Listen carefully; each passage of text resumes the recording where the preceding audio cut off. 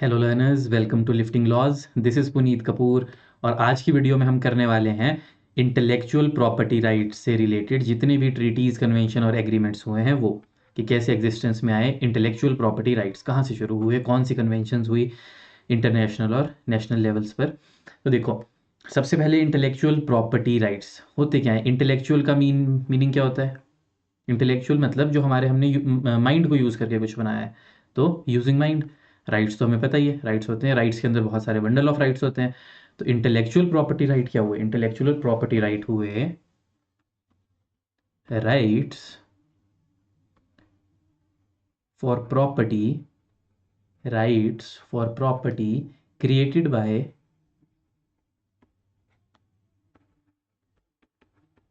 Using of a mind. तो जो दिमाग यूज़ करके हमने इनोवेटिव तरीके से यूज़ करके कोई प्रॉपर्टी बनाई है, उसके लिए जो हमें राइट्स मिल रहे हैं, these are intellectual property rights. तो देखो, intellectual property rights are the legal rights given to a person over the creation of the mind, creation of mind से जो उन्होंने चीज़ें बनाई हैं। These rights provide for creator exclusive control over the use of their creation. तो जो उनकी creation है उसके ऊपर उनको एक्सक्लूसिव कंट्रोल मिल जाता है for a certain period of time. तो सर्टेन पीरियड ऑफ टाइम। अगर हम इंडिया में देखें तो जो इंडियन लॉज हैं उनमें अलग अलग टाइम्स दिए हुए हैं कि कितने टाइम के लिए किसका राइट किस चीज़ पे रहता है।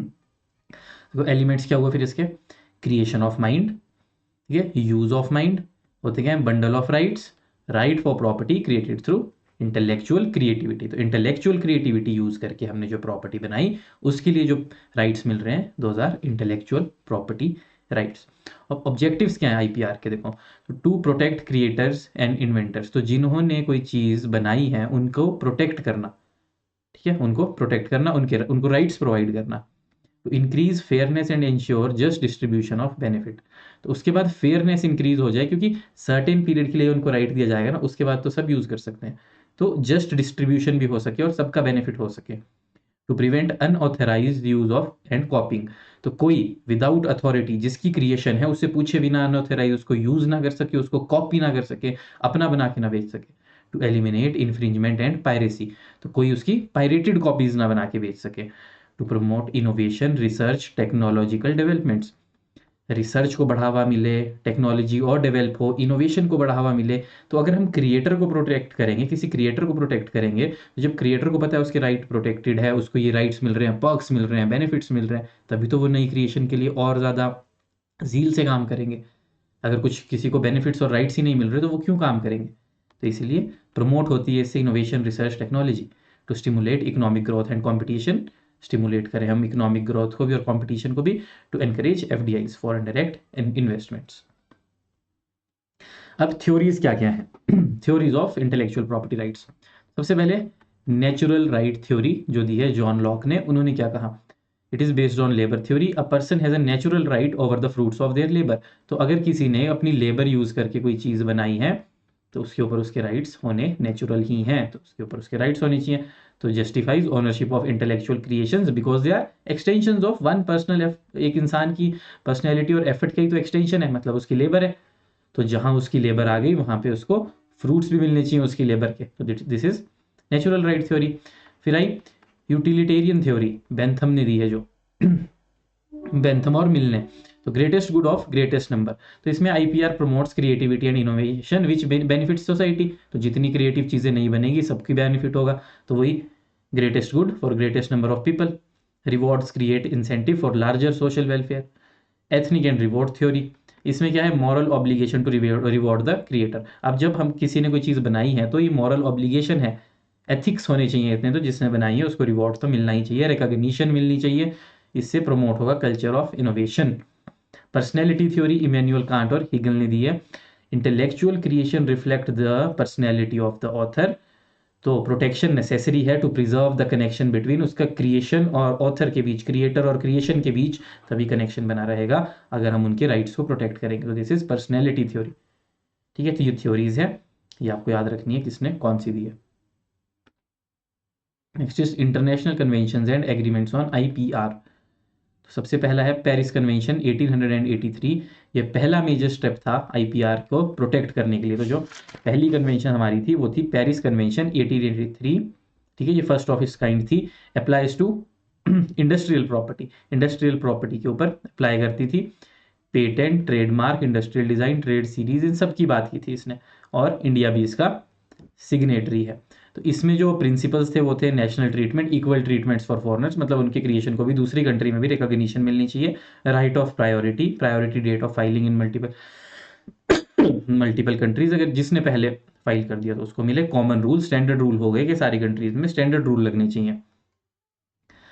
उसके बाद एडिशनल पॉइंट्स जो है इसमें includes protection against unfair competition, establishment of union of member states administered by विपो, विपो ही इसको एडमिनिस्टर करता है। तो ये पहली थी और इसमें सब कुछ कवर होता है। ठीक है, पेटेंट, ट्रेडमार्क, जीआई एटसेट्रा सब कुछ कवर होता है। तो इसमें सब चीज़ों की बात की गई थी। फिर उसके बाद जो दूसरी आती है ना बर्न कन्वेंशन, ये स्पेसिफिकली डील करती थी, किससे याद रखना है, जो बर्न कन्वेंशन है 1886 की, वो डील करती थी सिर्फ कॉपीराइट से। ठीक है, जो 1883 वाली थी हमारी पेरिस कन्वेंशन, पेरिस कन्वेंशन ये सबसे डील करती थी, कॉपीराइट, पेटेंट, ट्रेडमार्क, जीआई सबसे डील करती थी। लेकिन जो बर्न कन्वेंशन है ये सिर्फ डील करती थी कॉपीराइट से। 1886 में आई है। Applicable to literally artistic and musical works, ये भी एडमिनिस्टर होती है विपो से। प्रिंसिपल क्या है, national treatment, automatic protection, no need to registration formality, क्योंकि देखो किसी ने अगर आर्टिस्टिक वर्क आया है उसका तो सबको पता लग जाएगा, नहीं हुआ है तो ऑटोमेटिक प्रोटेक्शन मिल जाएगी।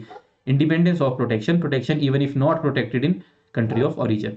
टर्म ऑफ प्रोटेक्शन इसमें जो थी life of author plus 50 years, और इंडिया में क्या है लाइफ प्लस 60 ईयर्स। ठीक है, तो ये ध्यान में रखना है आपने, इसमें 50 ईयर्स दी थी, इंडिया में 60 ईयर्स है। एडिशनल पॉइंट्स क्या है ये इसके, मॉरल राइट्स जो थे वो भी रिकॉग्नाइज किए गए इसमें। मिनिमम स्टैंडर्ड्स फॉर प्रोटेक्शन बताया गया। इंडिया बिकेम मेंबर इन 1928, तो इंडिया इसका मेंबर बना 1928 में। आई कब थी, 1886 में। इंडिया बना 1928 में। इसमें क्या बताया गया है, जो टर्म है लाइफ प्लस 50 ईयर्स, और इंडिया का जो कॉपीराइट एक्ट है उसमें है लाइफ प्लस 60 ईयर्स। फिर आता है यूनिवर्सल कॉपीराइट कन्वेंशन, तो ये भी जैसे नाम ही बता रहा है तो कॉपीराइट से ही डील करती थी। Universal copyright convention 1952 adopted by UNESCO. Alternate था ये बर्न कन्वेंशन का। तो इसका मेन मकसद क्या था, जिन लोगों ने बर्न कन्वेंशन साइन नहीं करी वो इसको साइन कर दे। ठीक है, तो इट वॉज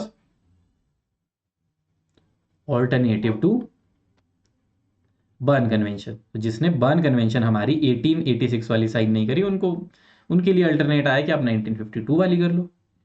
फिर आता है सबसे इंपॉर्टेंट नंबर 4, विपो, world intellectual property organization 1967, establish by विपो convention, headquarter Geneva Switzerland. India ने कब ज्वाइन किया, 1975 में। और ये जो अडॉप्ट हुई थी, अडॉप्ट ये हुई थी जुलाई 1967 में स्टॉकहोम स्वीडन में, स्टॉकहोम स्वीडन में। और उसके बाद 26 अप्रैल 1970 को एनफोर्समेंट में। ठीक है, 1970 याद रखने की, एनफोर्समेंट में ही 1967 में अडॉप्ट हुई थी। ऑब्जेक्टिव क्या था इसका, promotion of intellectual property world wide, तो इंटेलेक्चुअल प्रॉपर्टी को वर्ल्ड वाइड प्रमोट किया जाए, एनकरेज की जाए creativity, technological developments, cooperation among member state, जो मेंबर स्टेट्स है वो कॉपरेट करे। और एडमिनिस्टर करता है जो विपो है वो 26 इंटरनेशनल ट्रीटीज को अपने अंडर एडमिनिस्टर करता है 1974 से। ये स्पेशलाइज्ड एजेंसी है यूनाइटेड नेशंस की। उसके बाद है पेटेंट कॉर्पोरेशन ट्रीटी, पीसीटी बोलते हैं जिसको, पीसीटी 1970।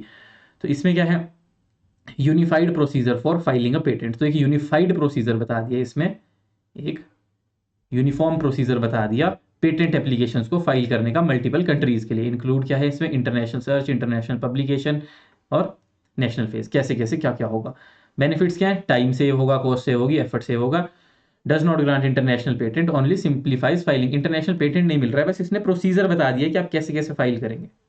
ठीक है, और याद रखना है कि इंडिया ने कब ज्वाइन किया, 7 दिसंबर 1998। तो 1970 की ट्रीटी थी, इंडिया ने ज्वाइन की 1998 में। उसके बाद आते हैं पेटेंट लॉ ट्रीटी 2000। तो इसमें बस क्या याद रखना है, harmonisation of formal filing procedure हुआ, मिनिमाइज कॉम्प्लेक्सिटीज। तो उसका ही थोड़ा सा एक और थोड़ा आगे का वो था मॉडर्न व्यू, कि जिसमें और ज़्यादा सिंप्लीफाई कर दी चीज़ें।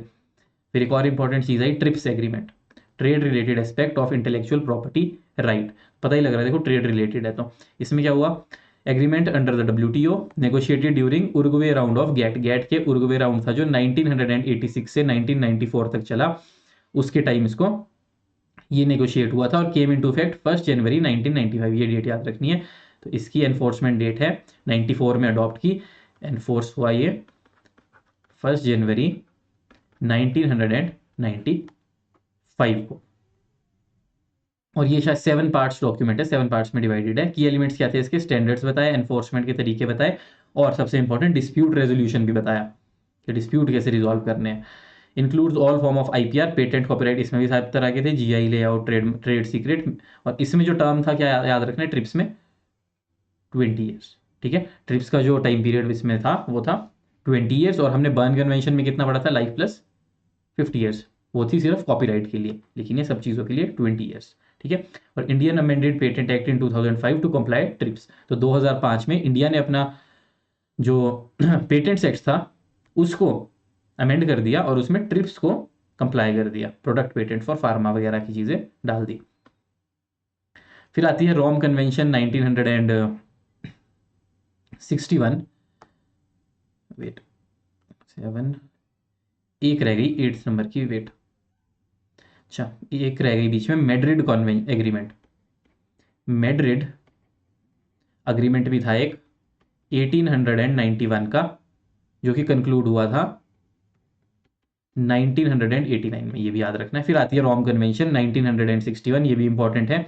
इसमें जो सबसे बड़ी चीज याद रखनी है, परफॉर्मर्स राइट आए थे इसमें, परफॉर्मर्स राइट आए थे रोम कन्वेंशन से। ठीक है, ब्रॉडकास्टिंग ऑर्गेनाइजेशन और right to phonograph producers, phonogram producer, देखो प्रोटेक्शन ऑफ परफॉर्मर याद रखना है, ब्रॉडकास्टिंग ऑर्गेनाइजेशंस और प्रोड्यूसर ऑफ फोनोग्राम्स। तो ये चीजें आई थी और इसमें प्रोटेक्शन मिनिमम कितनी है, 20 ईयर्स। फिर आता है नाइस एग्रीमेंट 1957, उसमें क्या था, classification of goods and services for trademark registration. Nice ने क्लासीफाई किया था, 45 क्लासेस बना दी थी इन्होंने चीज़ों की, बस क्लासीफाई किया था नाइस ने। फिर आता है Hague agreement 1925, international registration of industrial design आए थे इसमें। सिंगल एप्लीकेशन प्रोटेक्ट्स इन मल्टीपल कंट्रीज, तो एक जगह आपने अप्लाई कर दिया तो आपको बाकी कंट्रीज में प्रोटेक्शन मिल जाएगी। फिर आई थी बुडापेस्ट ट्रीटी। बुडापेस्ट ट्रीटी की एक चीज़ याद रखनी है, क्या, माइक्रो ऑर्गेनिज्म, बस। तो माइक्रो ऑर्गेनिजम्स की बात कहाँ की गई थी, बुडापेस्ट ट्रीटी 1977 है, बस ये याद रखना है आपने इसमें। Only applies to patent protection involving biological materials. ठीक है, तो बायोसाइंसेस वाले माइक्रो ऑर्गेनिजम्स की बात की गई थी यहाँ पर। फिर आती है बीजिंग ट्रीटी 2012, ये है सबसे रिसेंट ट्रीटी। इसमें क्या होता है, provide protection right related to audio visual performances. तो जो ऑडियो विजुअल, जैसे ये अभी आपके सामने चल रही है, ऑडियो भी है विजुअल भी, ऑडियो विजुअल परफॉर्मेंसेज को इसने प्रोटेक्शन प्रोवाइड की थी। Recognises performers right over digital transmission. तो डिजिटल एज की आई थी ये, कि डिजिटल प्लेटफॉर्म्स पे रिकॉग्नाइज किए थे परफॉर्मर्स के राइट्स। ठीक है, बीजिंग ट्रीटी याद रखनी, सबसे रिसेंट है, और performance right on digital transmission और प्लेटफॉर्म्स। फिर वीपो परफॉर्मेंसेज एंड फोनोग्राम्स ट्रीटी 1996, इसमें भी डिजिटल वाली बात ही की गई थी। Address digital environment and copyrights, grant performer and producer right over digital distribution. तो डिजिटल डिस्ट्रीब्यूशन के ऊपर भी उनको राइट्स मिल गए, जैसे आप देखते हो ना, डिस्ट्रीब्यूशन राइट होते हैं, ब्रॉडकास्टिंग राइट्स होते हैं, उन सब चीज़ों की बात की थी। ट्रेडमार्क लॉ ट्रीटी 1994, स्टैंडर्डाइज किया इन्होंने, सिंप्लीफाई किया ट्रेडमार्क की रजिस्ट्रेशन, रिड्यूस किए प्रोसीजरल बर्डन्स, तो आसान बना दिया। और तो ये थी सारी ट्रीटीज़ जो इंपॉर्टेंट है UGC नेट के लिए। तो आज की क्लास में इतना ही, मिलते हैं नेक्स्ट क्लास में, तब तक के लिए टेक केयर, बाय बाय।